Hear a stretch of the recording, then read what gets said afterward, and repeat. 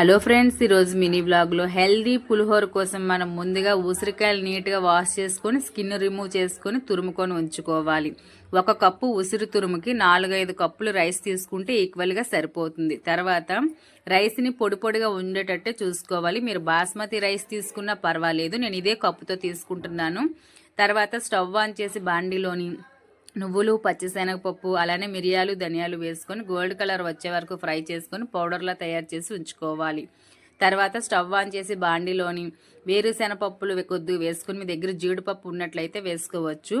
పోపు దినుసులు, పచ్చిమిరపకాయలు, ఎండుమిరపకాయలు, అలానే కొంచెం అల్లం క్రష్ చేసి కానీ పేస్ట్లా కానీ వేసుకొని చిటికెడు పసుపు వేసుకొని లైట్ గోల్డ్ కలర్ వచ్చే వరకు ఫ్రై చేసుకొని రైస్ని వేసేసుకోవాలి. అలానే కొంచెం పచ్చి బఠానీ, కరివేపాకు వేసుకొని కొద్దిగా మీ రుచికి తగ్గట్టుగా సాల్ట్ వేసుకొని బాగా మిక్స్ చేసుకొని ఒక బౌల్లో సర్వ్ చేసుకుంటే హెల్దీ ఉసిరి పులిహోర రెడీ అయిపోతుంది. వీడియో నచ్చితే లైక్ చేయండి.